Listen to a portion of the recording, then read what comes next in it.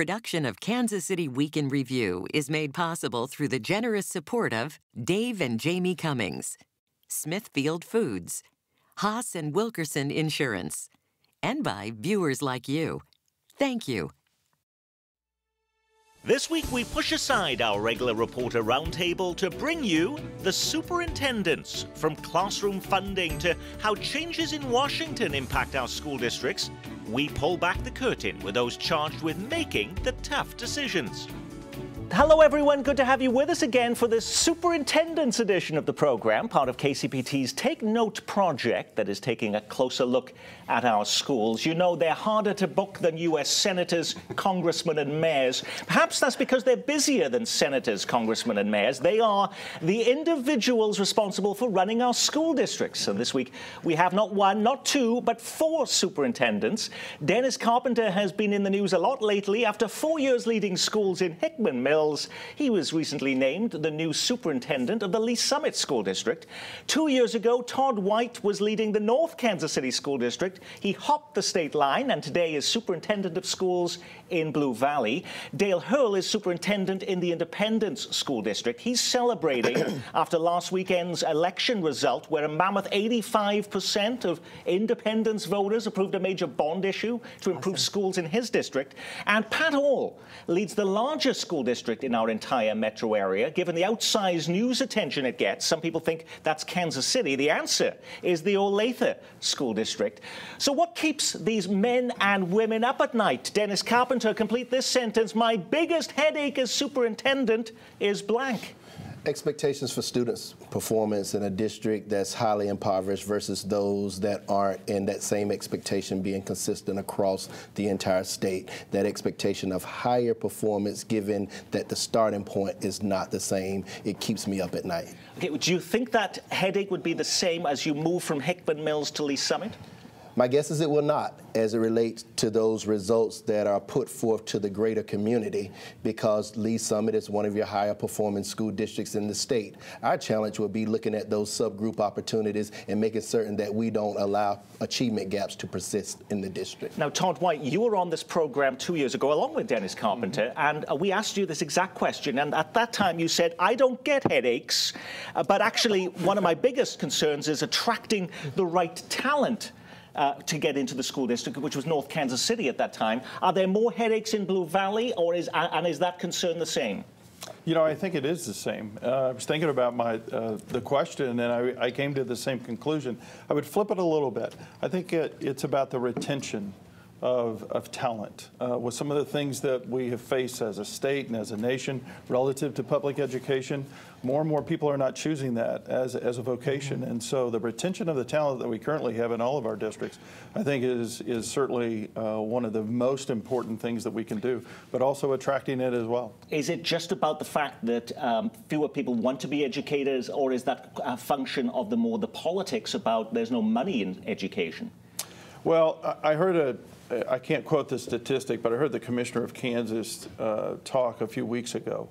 All of the positions that would be vacated by teachers retiring or resigning out of the state of Kansas cannot be filled by the number of people that are currently in the education prep programs. Not those graduating, but in the programs themselves. So there's a lot of things that are going into the lack of vocational support for students to choose our profession.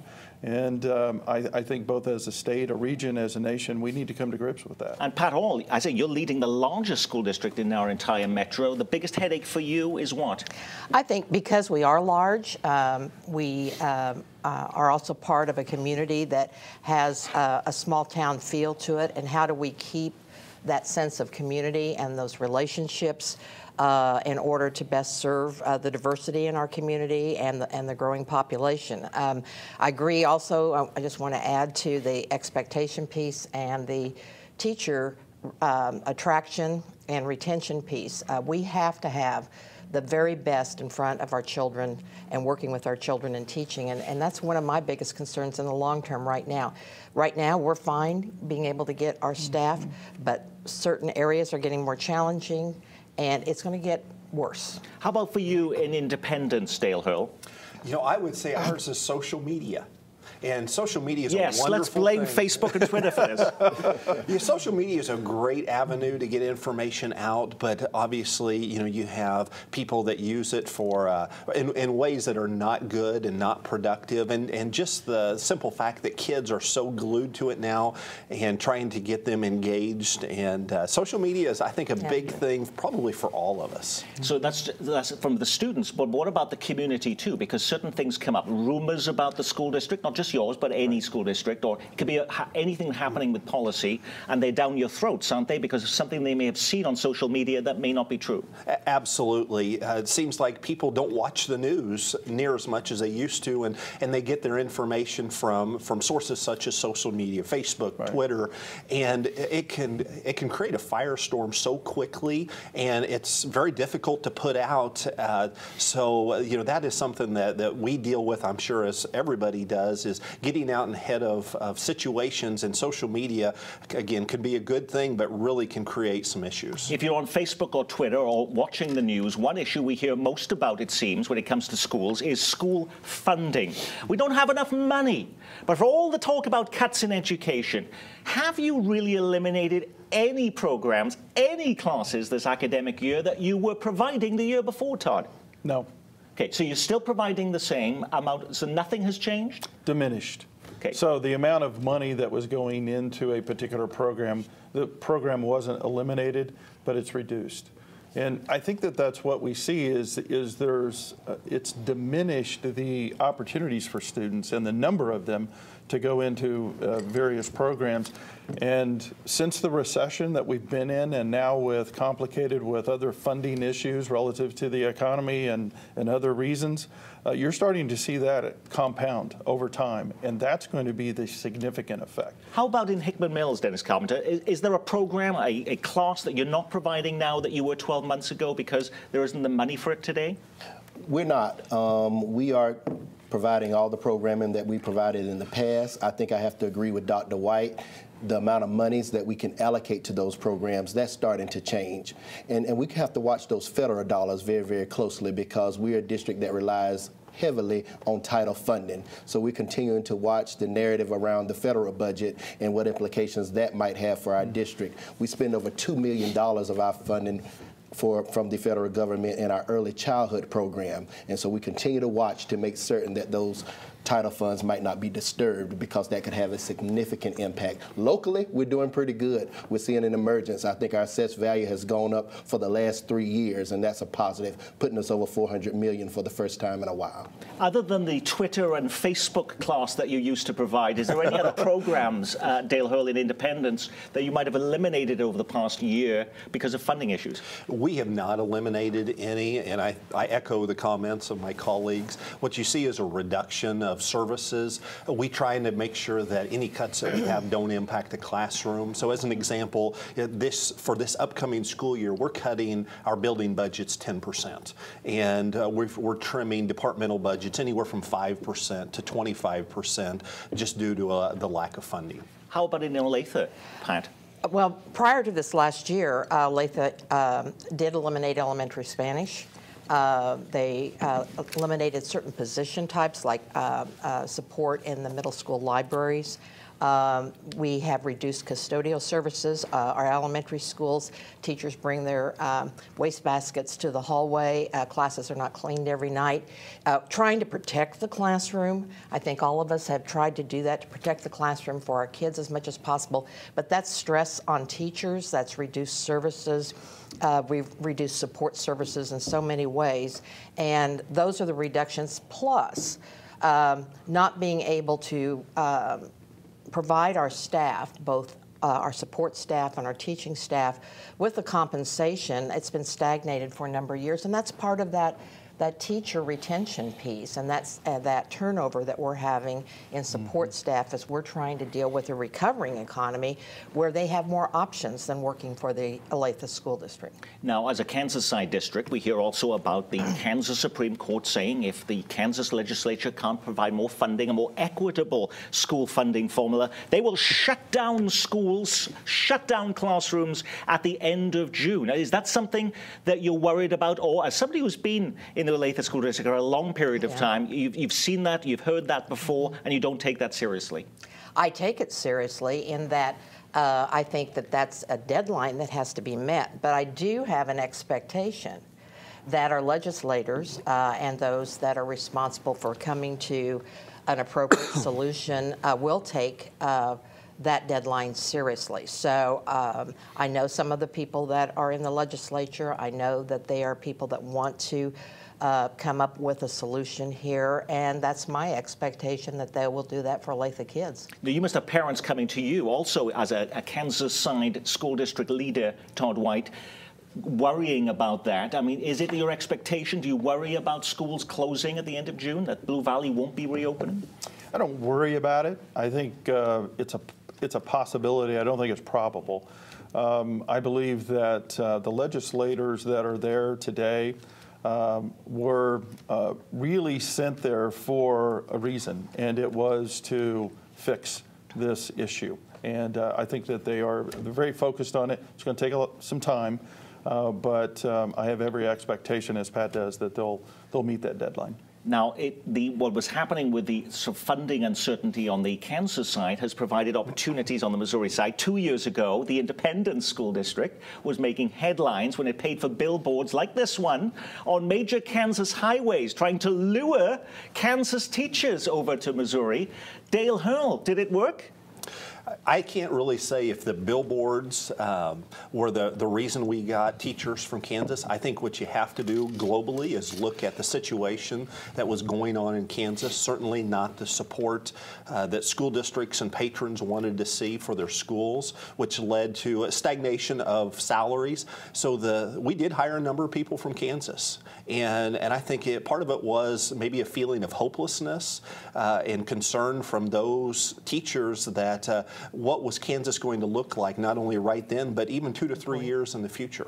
But it's interesting, you were trying to lure the teachers from Kansas, but there was just a recent study that's saying that Missouri teachers actually make some of the lowest salaries in the state, in the nation. Dennis Carpenter.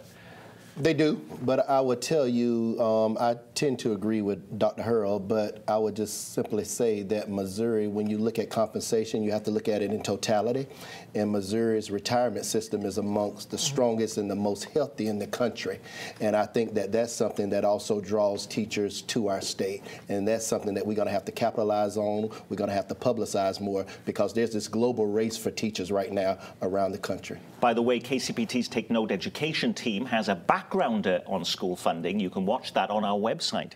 Now, the expenses are broken down into 2 categories, capital and operational. Think of it as the difference between a school teacher and a school building.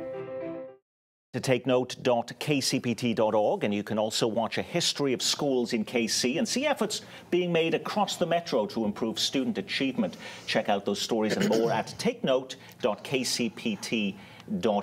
With a new president in the White House and a new Secretary of Education, Betsy DeVos, there's also been lots of talk and reporting about what this change in direction will mean for schools here. But does the U.S. Education Department really play much of a role in the day-to-day activities of life in your district? Dale Hurl? It does, in the sense of funding. I just recently saw some information that came out that the U.S. Department of Ed appropriated about $45 billion for Title and IDEA, and then the budget, it's proposed about $36 billion. So I wouldn't say that it affects us daily as far as curriculum, but certainly funding really drives everything. Now, that's really interesting, Dr. Hill, because we think about schools, we're often told that, oh, this is a state issue, so we're thinking this is actually money that's appropriated locally. So you are actually getting federal dollars, but what sort of proportion, roughly, of a budget of a school district is coming from the federal government? For us, it's roughly about 10% comes from the federal level. So certainly most of our funding either comes through the Missouri Foundation formula or through local taxes. But when people see these reports, though, about changes in Washington, does that have implications for you in the Olathe School District? I think it could. There's a lot of speculation right now, so we have to wait and see. But the federal funding is very strategic funding. So special needs, IDEA, when we say IDEA, that's our special needs children. Okay, that's mandated and directed and regulated by law from the federal government, and some funding comes from them.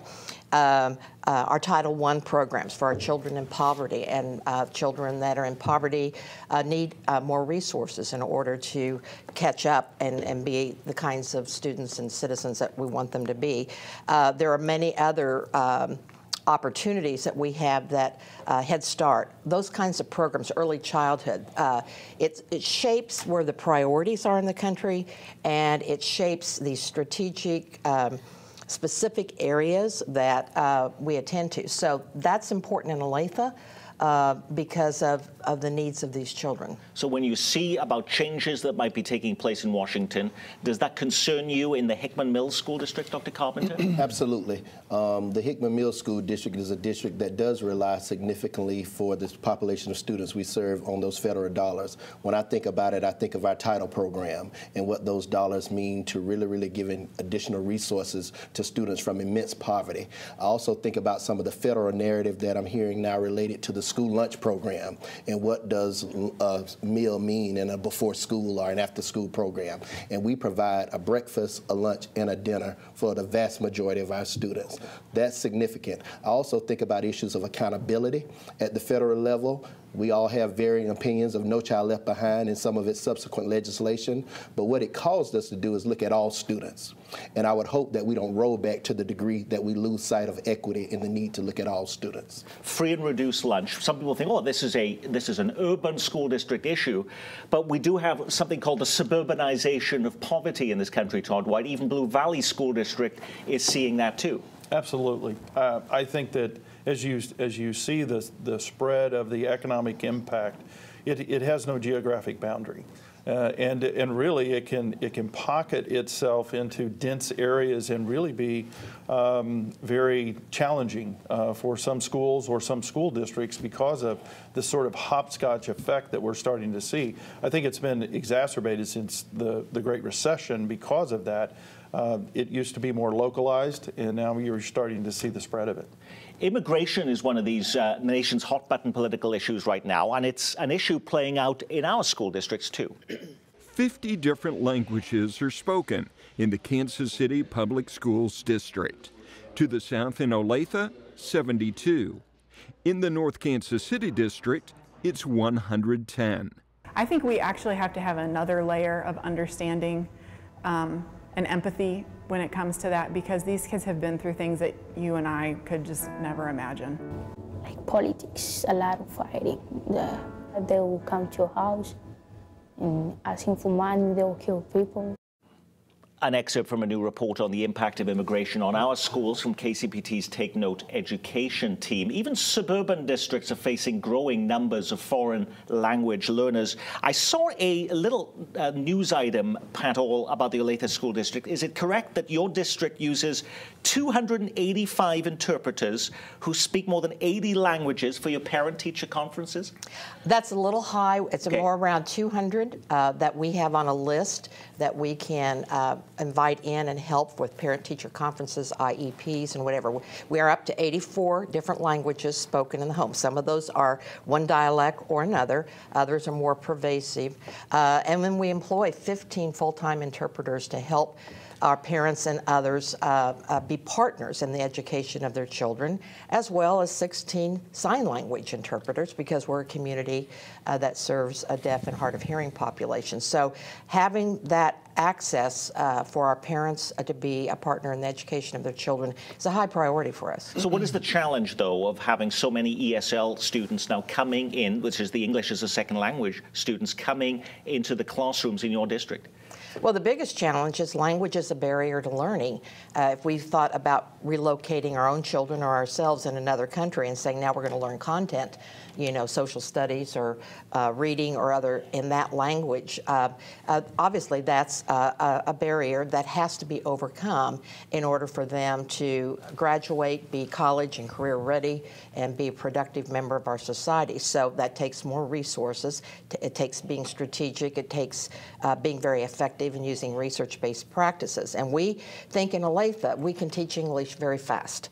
And it's very critical that these children learn English very fast, because that's the only way that they're going to be able to survive academically and survive in the workplace. Dennis, What challenges does it pose for you in the Hickman Mills School District? Absolutely. I think we have anywhere from 35 to 40 languages represented in our school district, and the challenge is finding teachers who can meet those students where they are in terms of ELL instruction. So what we've been having a significant conversation about is how do we leverage technology in that area, knowing that we can't find teachers to represent all 35 to 40 languages to help accelerate those students around their learning and transitioning over to English. So we've been looking at some products that are out there. We just talked with some folks from Imagination Learning the other day and looking at what that opportunity might mean for accelerating students in that transition to speaking English to a greater degree. Now, when it comes to the immigration question, we're seeing now area school districts on both sides of state lines saying they're now issuing policies to disallow immigration enforcement agents from pulling a student out of class without a warrant. Is that really a problem? Are we actually seeing that? Dale Hill? We have not in the independent school district, and we don't have a policy specific to that. We do have regulation that says that anyone cannot come and ask to see a student or pull a student out of school without a warrant. But we've had that for years and years, so it's not unique to what we hear about ICE and pulling students out who are immigrants. You're not rewriting policies in the Blue Valley School District over this?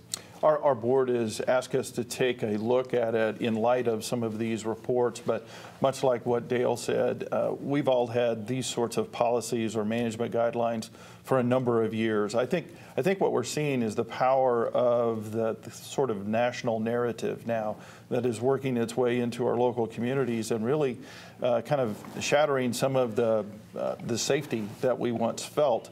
And for those of us in public schools, it's important for us to make sure that we maintain that.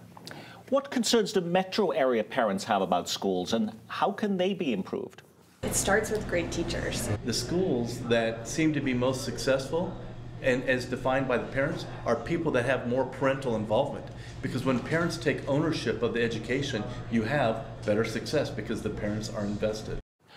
We recently gathered parents from around the metro to tell us what's on their minds. You can see more of that conversation at takenote.kcpt.org. But how about our superintendents? What to you is the biggest challenge? Is it classroom size, poverty, bullying, the lack of parent involvement, as our parents talked about, funding, or something completely different, Dennis Carpenter?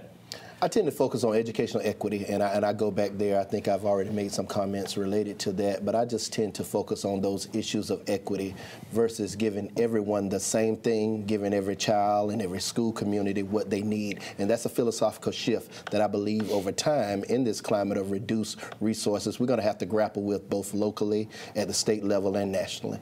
Dale Hull. I think I look at parental involvement, and whenever you have a situation where you have a high concentration of poverty, I think every parent comes to you wanting to do the very best for their child. But whenever that parent is working 2 or 3 jobs, or maybe they're a single parent, asking them to come to PTA events and do a lot of things that if you're in a middle class 2-parent family, you think is that, well, everybody does that. That's truly not the case, and it's not because they don't want to. They may not have the opportunities to do so because life happens. But don't we have the double-edged sword of the parental involvement, that you have parents who are becoming overly involved and are constantly knocking at your door?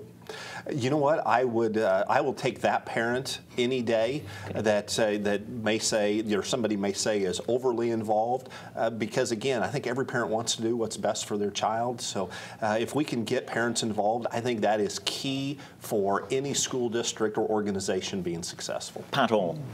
Resources matter.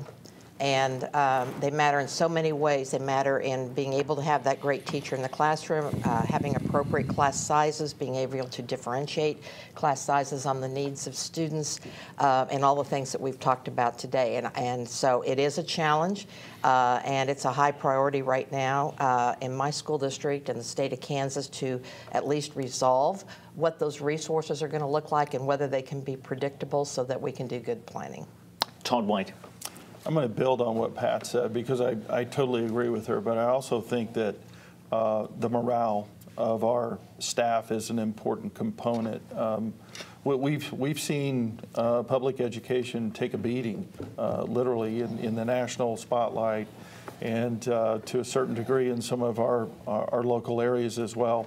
And it's important for us to make sure that the people that are in front of our students on a daily basis have their best day, so that our students can have their best day. So attending to the resources and the equity and the parental involvement are all pieces of that. And I also think that attending to the people that are in front of our students and their morale and how we feel about them and valuing that is of great importance as well. No, one of the big storylines in this community, too, with regards to education, has been what has been happening with our superintendents. In fact, we did a show almost exactly to this week 2 years ago, 4 superintendents. You were on this program, so were you, Todd White. But every single person on that show left town or is now in a brand new job or going to a brand new job. And Dennis Carpenter, you just recently announced you're departing after 4 years Hickman Mills to go to Lee Summit School District.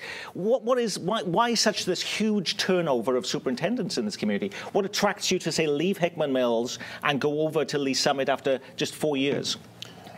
I think there's this national trend. I think if you look at the data, the average term of a superintendent is somewhere in the neighborhood of 4 years, give or take.